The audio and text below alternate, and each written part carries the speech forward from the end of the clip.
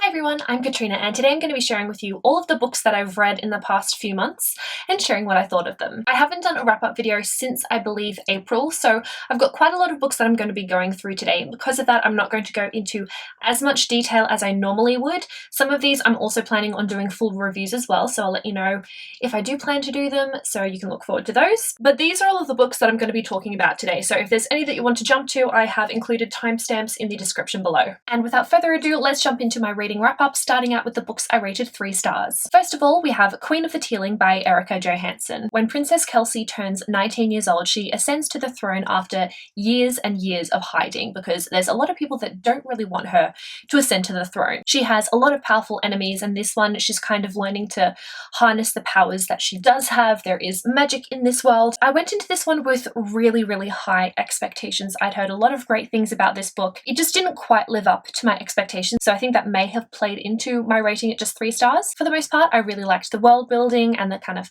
political intrigue. The main downfall for me was the characters. I really didn't connect with any of the characters, and I didn't particularly like any of them either, but the main character in particular I found rather irritating. I did like that she was a really strong and intelligent woman, but every time there was another female character introduced, she either immediately felt extremely intimidated by them, quite envious, or just absolutely hated them for no real reason. There were a lot of kind of feminist messages in this book, but then that kind of undercut all of those. That's kind of my overall thoughts on this one. I also picked up Being Jazz, My Life as a Transgender Teen by Jazz Jennings. Memoirs like these, being written by and about someone who does come from a marginalised group, I think are really important. And overall, I did enjoy my time reading this one, but it just missed the mark a little bit for me. You can definitely tell that it's written by a 15-year-old. The writing wasn't the best in the world, although I didn't really expect it to be. A lot of the kind of content as well was very surface level. I was expecting for it to be a little more focused on delving a little deeper into the struggles that she's faced and things she's had to overcome. I felt like some of the tougher parts were kind of glossed over.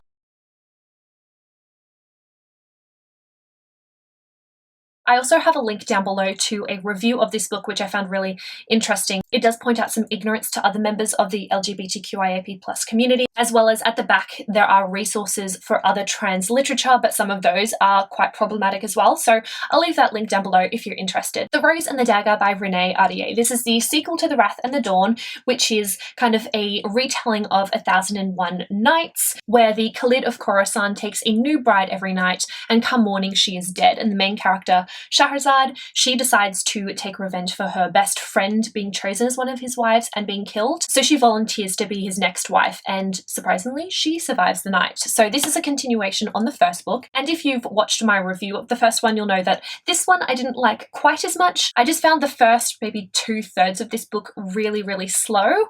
There wasn't enough happening. I think this book definitely could have been shorter, or at the very least condensed and then tacked onto the end of The Rose and the Dagger as one standalone book. So things were kind of just drawn out. I was a little bit bored for the first part of it. Private Peaceful by Michael Morpurgo. This book is set during World War II, and we follow Private Peaceful as he's waiting for a particular event to unfold you don't know at the very beginning, and he's kind of reflecting back on all of his memories, thinking about his childhood and his family and friends and things like that.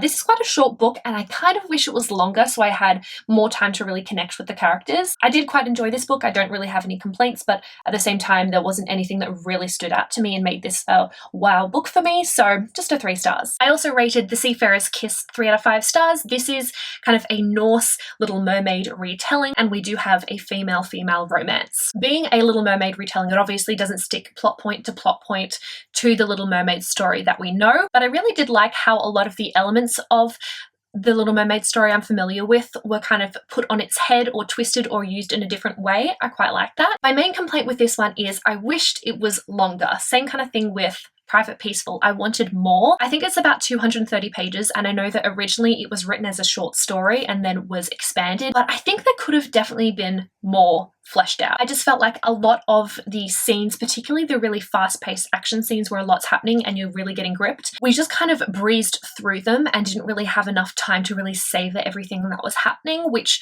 really did hinder my enjoyment because I wanted so much more, and the story just kind of continued on when I wasn't ready for it to. I've also included a link down below to Trina from Between Chapters' review of this book. She did point out a couple of trigger warnings for this one for violence in a relationship, as well as kind of really harmful attitudes towards towards infertile women kind of being described as broken. So I just want to put that out there and direct you to her review because she does go into a little bit more detail about that. But it's something that I definitely picked up on when I was reading the book and didn't particularly like either. So again, that's kind of contributing towards why I gave this 3 out of 5 stars. Now for things I rated 4 out of 5 stars, we have On the Merits of Unnaturalness by an obscure writer, or Samantha Shannon. This ties into the Bone Season series, and it's a penny dreadful that is written by one of the characters within the book. I read this before starting the Bone Season and it was really, really helpful. So it kind of just details the 7 different types of clairvoyance and all of the subtypes of clairvoyance under all of these different 7 orders. So it was definitely very handy for kind of understanding the different types of clairvoyancy and how things work. But the other reason why I found this really useful reading before the Bone Season is because the character that does write this book, the obscure writer, is a fairly prominent character in the series, and the narration in this one does have a lot of personality and he does express a lot of his own opinions. So it kind of just gave me this foundation for his characterization. So I kind of knew his opinions on the different types of clairvoyancy, how he viewed certain orders as being superior to others. It just kind of gave you a bit of an insight into his mind and into his character. Nimona by Noelle Stevenson follows Lord Ballister Blackheart, who is a villain, as well as his sidekick Nimona, and she is a shapeshifter. This here is Sir Ambrosius Goldenloin, who is a hero, so kind of their enemy, but this was just such a cute and fun graphic novel. I really, really enjoyed this. I love the humor, just the personality of Nimona as well. She's kind of an annoying character, but just in a really funny way. Just she irritates Lord Blackheart a lot, and it was just such fun to watch him kind of be irked by it, but at the same time secretly love it. It was just a lot of fun. It's kind of like a fantasy graphic novel. We do have dragons and just the whole villain and hero dynamic. I love it. I also listened to the audiobook for Coraline by Neil Gaiman, which I also rated 4 out of 5 stars. I really enjoyed it. It was a really fun audiobook to listen to. I don't really have too much else to say about it. I just really, really liked immersing myself into Neil Gaiman's writing style again, as well as just the creepy world and the creepy characters. It was just kind of like an eerie book, and it was delicious. Another audiobook I listened to was The One and Only Ivan by Catherine Applegate. This is a middle grade novel, and we follow the one and only Ivan. He lives in like a mini zoo inside of a mall, and this is written from his perspective, which I really enjoyed. But after this cute little baby elephant named Ruby is brought to the zoo, Ivan decides that he wants to make a change for all of those that are enclosed in this really tiny zoo inside of a mall, because just the conditions aren't that great.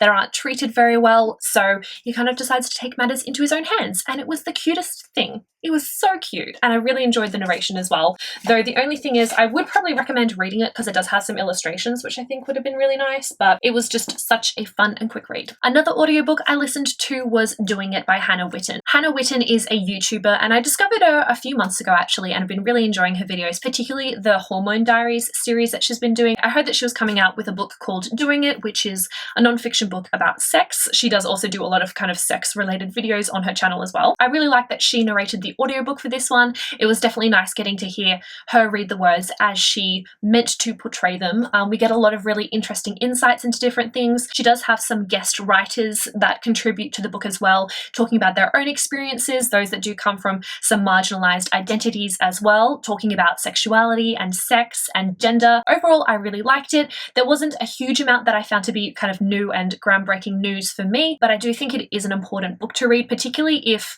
you're kind of in high school and your school doesn't have very good sex education. A book like this would be a really good starting point. I also picked up The Bone Season by Samantha Shannon. This is the first book in a 7-book series, I believe. In this book, we follow Paige Mahoney, who is a member of the criminal underworld in Scion, London. She is a clairvoyant, and the fact that she just lives and breathes is an act of treason itself, because obviously in this world, clairvoyants are illegal. So they've created their own criminal underworld, trying to avoid being captured. But obviously things don't go quite according to plan for Paige. And here we have The Bone Season. I went into this one not really knowing what to expect, because I've heard on one side people absolutely raving about this book. They absolutely love it. And then on the other hand, those that didn't really love it kind of really struggled to get into the story. They struggled with the world building and the writing style, but in actual fact, I found that this was really easy to read. I think that having read on the Merits of Unnaturalness before this definitely helped just kind of wrap my head around the whole clairvoyance system a little more, but I found the writing style to be really easy to read. It flowed really nicely. There were so many characters that I really enjoyed getting to know in this book. I did find that in terms of world building, there were some slight info dumpy bits. It wasn't overboard, but there were just some times where Paige was talking to a character and they would just kind of tell her a whole history of something. So it wasn't like a lot of little bits kind of put here and there. Overall, really enjoyed it. I thought this was a pretty solid introduction to the series. And continuing on from the Bone season, I also picked up this sequel, The Mime Order by Samantha Shannon. This one I ended up rating 4.5 out of 5 stars, whereas I rated the other one 4 stars. This one was just so much more action-packed and I loved it. I was living for it. Right from the get-go, there's just so much action, there's a lot of tension, there's a lot at stake here, and I just really, really liked it. I'm obviously not going to go into the plot of this one being a sequel, but I just liked how much more we got to see of a lot of the characters involved, as well as the world. We learned so much, but we still have so many questions that we want answered. I really, really enjoyed this sequel. Definitely a step up from book 1. No sequel blues for me. Speaking of sequels, I also read Lirael by Garth Nix, which is the sequel to Sabriel, but this one is set a little bit in the future and we do follow different main characters. We follow 2 main characters, Lirael and Samuth, and the main reason why I didn't give this 5 out of 5 stars is because I did enjoy one perspective more than the other, at least for the first half of the book. I really, really loved Lirael's point of view, especially since she was in a library and I just really enjoyed her exploring the library. Also because the disreputable dog, I love it. For the first half of the book, every time we did switch to Samuth's point of view, I was just like, no, but take me back to Lirael, please. But as you can see, I tabbed this a lot, so there was a lot that I really enjoyed about this book. I really liked getting to know more about the world. We do get to explore some different places than we did in Sabriel, as well as learning more about the magic system that we have. Overall, really, really liked this one. I enjoyed it the same amount as Sabriel, I'd say, and really looking forward to continuing on with the series. I also listened to the audiobook of American Gods by Neil Gaiman. This one is kind of half a reread. I started reading it, got halfway through the book, and stopped because I fell into a reading slump, and this was 2 years ago now. 2 years ago. So when I finally decided to pick it up with the TV series coming out, I started right from the beginning again. This is another 4.5 out of 5 star book for me. Really, really enjoyed it. I just... Neil Gaiman's writing style is ace, and the characters were just so fascinating. Just the whole world as well. I did find myself struggling to keep up with what was happening in the world. Listening to it on audiobook, if I was ever tuning out and there was something really vital happening, then obviously I would kind of not quite understand what was going on. But generally, I was just so fascinated by the different dynamics between all of the gods. Really enjoyed the TV series as well, and I've now lent my copy of American Gods to my boyfriend Alex, and he's really enjoying it, converting him into a reader. I love it. And for the last set of books, these are all 5-star reviews. Let's begin. Gemina by Amy Kaufman and Jay Kristoff. This is a reread for me. It is the sequel to Illuminae, one of my favorite series of all time, and this is the 3rd time that I've read the book and actually listened to it on audiobook this time, which is always a fun time. The audiobooks are incredible. They have a cast of characters, they have sound effects. In this one they had music as well, so really just enhance the reading experience after having already physically read the book. This is one that I will be doing a full review of as well, so you can look forward to that, but just I really liked getting to know the new characters that we have in this one. The stakes just get higher and higher with each book, and all of the twists and turns just blow your mind, and just I felt like my heart stopped several times in this book. Another reread for me was Nevernight by Jay Kristoff. This is a book that I've been meaning to do a review for so long. I recently found my scribbled notes that I wrote last year when I was working at a restaurant on the receipt paper that I would use to write people's orders. If I was having a quiet day, I would start writing my reviews on there. So I found those pieces of paper so I can finally continue writing my review for this one. I will get to it, but this was probably my favorite read of 2016. Absolutely loved it again, reading it for a second time, diving back into the world and familiarizing myself with that world. One really interesting thing about this book is that there are footnotes, which some people do struggle with a little bit. Some of the time you can probably skip them. There is kind of just like background world building going on. There's a lot of information kind of about religion and politics and things like that, but the narration is just so funny that a lot of the footnotes are just absolutely hilarious, just so snarky. I just realized I forgot to tell you what the synopses were for the last few books. I'm not going to go back and redo them because I've been talking for like 45 minutes so far. But continuing on, this follows Mia Corvia, who witnessed her father being hanged for treason. She wants to seek revenge, so she joins the Red Church, which is a cult-like school for assassins. If that hasn't hooked you, then I don't know what will, but obviously 5 out of 5 stars. Loved it, loved it, loved it. After rereading Nevernight, I picked up Godsgrave by J. Christoph, which is the sequel. This book is coming out in September. I am so excited. I'm going to both of the launches, the Sydney and the Melbourne launch. I'll be going with my friend Piera from the channel Piera Ford. We're going to be cosplaying as Mia and Ash. I'm really excited about it. I'm so excited. It's going to be so much fun. Godsgrave, I obviously also rated 5 out of 5 stars. I loved it just as much as Nevernight, but for very different reasons. It's got a very different feel and atmosphere in this one. There's a lot more action and blood and guts and gore. If that's your thing, then hooray. The sex scenes in this one were also amazing. Mia explores her sexuality a lot in this book, which I loved. Guys, I'm so excited for you guys to read this. It's so good. And the last book that I'm going to be talking about today is Strange the Dreamer by Laini Taylor. Again, another 5-star review. This book blew me away. I went into it not really knowing anything, and I expected to like it, but I loved it. I fell so hard for this book. This is my bae. Oh my gosh. It's a really difficult book to describe, so I'm not going to try really. All I will say is that we follow Laszlo Strange, aka Strange the Dreamer, who is a librarian, and he's just been fascinated by this lost city called Weep. It's fantastical.